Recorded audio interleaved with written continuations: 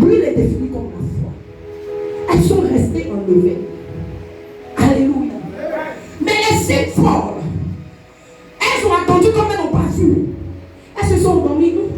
Ce qui va arriver, mon cher, ça n'a qu'à arriver. Écoute, bien-aimé, ce matin, tu ne dois pas être comme les 5 vierges folles. Tu dois plutôt être comme les 5 vierges sages. Tu dois rester en éveil dans la prière. Tu dois persévérer lorsque tu demandes à Dieu, écoute. Cela peut ne pas arriver maintenant. Mais la Bible déclare que même si la prophétie tarde, elle finira par arriver. Alléluia. La Bible parle d'un homme appelé Daniel. Et la Bible dit que Daniel a jeûné. Fait un jour. Parce que Daniel avait besoin de quelque chose. Et lorsque Daniel a jeûné, la Bible dit quoi? L'exaucement de Daniel aussitôt est arrivé. Mais cet exaucement a été bloqué. Son exaucement a été bloqué. Alléluia. Mais écoute, il n'a pas baissé les bras. Il savait que quelque chose se passait. Il savait qu'il y avait un problème. Écoute, tu ne peux pas demander le mariage en tournant entre 2 gars. Tu ne peux pas demander le mariage et faire copine dehors. Ça va te choquer. Je veux seulement pourquoi nettoyer l'esprit, la mentalité de quelqu'un. En tant que moment, quand tu veux te marier, tu dois rentrer dans les conséquences du mariage. C'est enfant de Dieu qui Dieu n'aime pas. Tu ne sais pas préparer la planète de personne. Alléluia. Mais toi, quand tu demandes le mariage, en même temps, tu pries pour que le mari de la voisine te drague. Ça ne peut pas marcher. Ça ne peut pas. Dis à quelqu'un, ça ne peut pas marcher. Et la persévérance, c'est quoi? Lorsque tu dis, Seigneur, je veux un mari. Seigneur, donne-moi un mari. Dis à l'Éternel, fais ta volonté. Que ce mari la paix soit ta volonté. Mais ne dis pas au Seigneur, donne-moi le mari de la voisine. Ou je veux que le mari de la voisine soit, je veux que mon mari soit comme le mari de la voisine. Alléluia. Chaque mari de la voisine. Gloire à Jésus. La persévérance. Gloire à Jésus. Il y a une nuance entre la patience et la persévérance. La patience, c'est d'attendre. Mais la persévérance, tu n'attends pas. Tu pries constamment. Mais quand tu fais, que Dieu te bénisse. Tu te forces. Et tu déranges. Alléluia. Moi, c'est quand c'est un peu plus.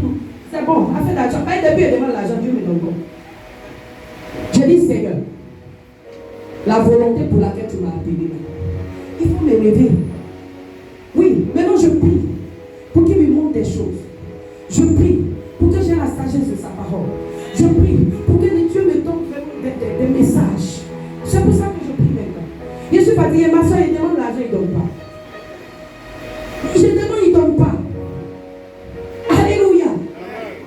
Là, il me donne quand il y a un petit souci, il dit tiens, il prend. Mais ça règle les soucis. Mais il ne me donne pas. Alléluia. Mais quand je dis Seigneur, voici un message, éclaircis-moi. C'est moi qui le pose un nom. Alléluia. C'est ce qu'il fait. Amen. La persévérance. Bien aimé, nous devons demeurer fermes dans la prière.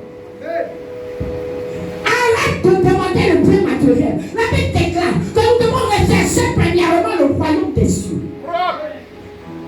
Et c'est le royaume des cieux que tu dois rechercher avec la justice de Dieu. Amen. Sinon l'argent, il va te donner, il y a des gens qui sont riches aujourd'hui, ils veulent donner.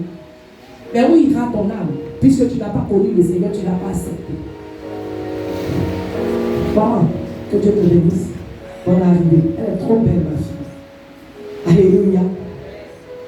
Alléluia. Demeurons fermes dans la prière. Prions avec insistance. Prions avec foi. Prions avec dévouance. Ou déploiement. Moi, je ne suis pas bâti à l'école. C'est ça. Prends un lèvre. Amen.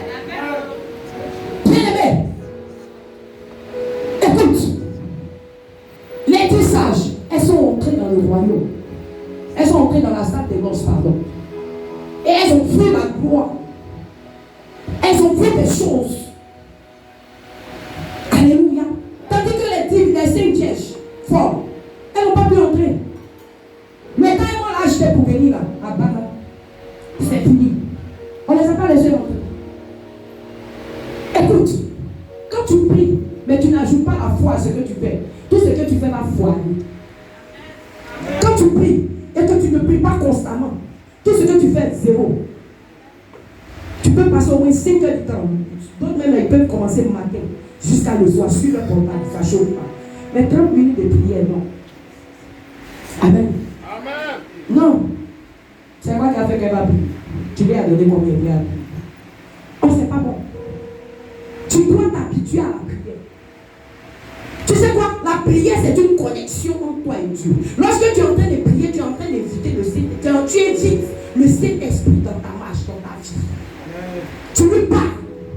Et arrivé à un certain moment, puisque tu demeures ferme, puisque tu es persévérant dans la prière, l'Éternel va commencer à te parler. Amen. Il va commencer à se révéler à toi. Ça peut être en songe, ça peut être en vision, ça peut être. Il va commencer, tu vas commencer à entendre sa voix. Il va te parler. Mais quand tu n'existes pas, tu ne percevais pas. Quelle intimité!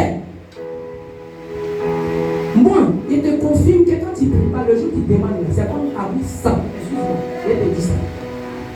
Oui. Le langage que tu emploies là, ça chouette. Oui. Il n'entend pas. Ou bien d'autres, c'est comme ça fait chut. Il n'entend pas. Ça capte pas bien. Tu n'as pas l'habitude de prier. Tu n'as pas l'habitude de lui parler. Mais quand il s'agit d'une situation un peu pénible, qu'est-ce que tu fais? Tu viens, tu lui demandes. Il n'entend même pas, ça fait chut à la télé là. Vous voyez quand ça fait chut. À la on appelle ça comment?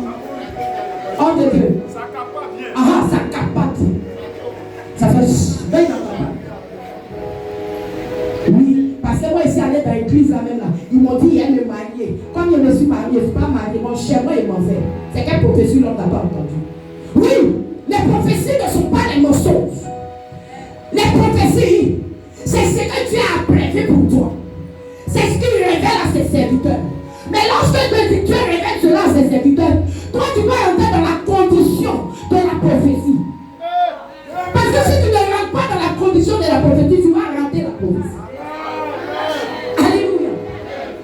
Tu dois rentrer dans la condition. Alléluia. On t'a dit que tu vas travailler. Et quand tu es couché, tu dors. Tu passes ton temps à rêver comme Jacob.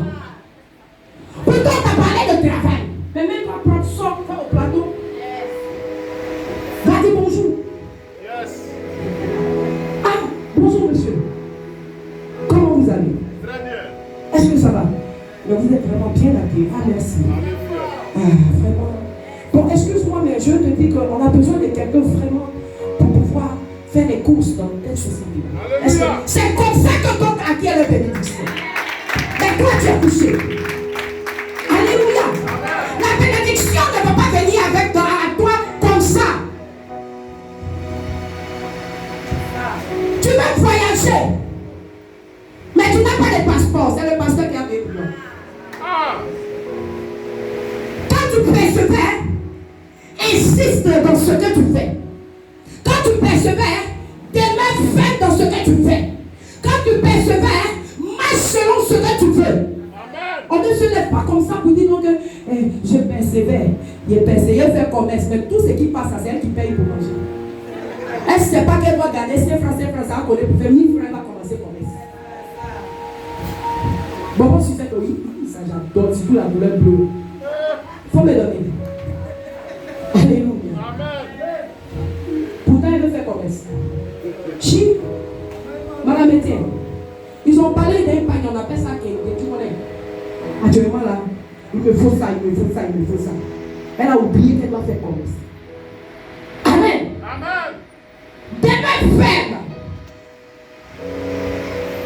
C'est petit à petit que tu vas bâtir ce que tu veux. Amen. Et l'Éternel va te voir, voyant ta foi.